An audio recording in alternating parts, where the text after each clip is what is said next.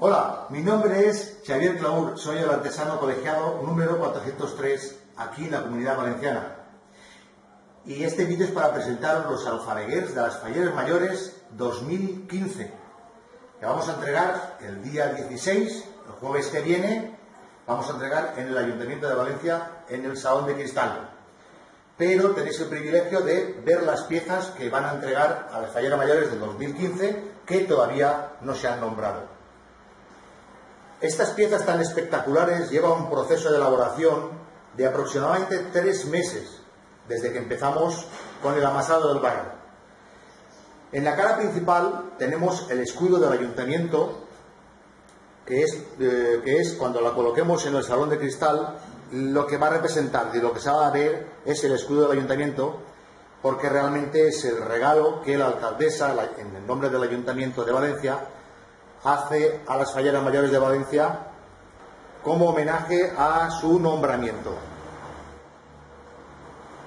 Como habréis dado cuenta, hay un tamaño diferente al otro, y es porque el más grande es para la Fallera Mayor de Valencia y este es para la Fallera Mayor infantil.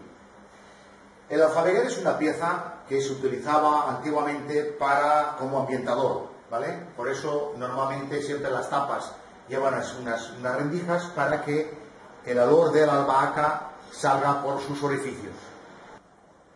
Normalmente cuando hacemos aquí en mi taller piezas muy especiales, siempre solemos colocar detalles anecdóticos o simpáticos.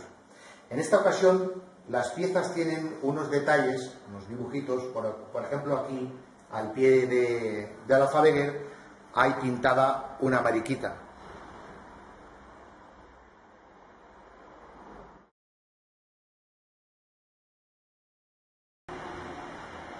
Otro detalle muy simpático es la lagartija que hemos pintado aquí en el lateral de la alfabeguer de la Fallera Mayor, que pasa justo por debajo de la hoja que tenemos en relieve. Como veréis, el alfabeguer es todo un compendio de filigranas. Fijaros, por ejemplo, aquí en este aro, en el aro izquierdo, cómo hemos modelado también una paloma.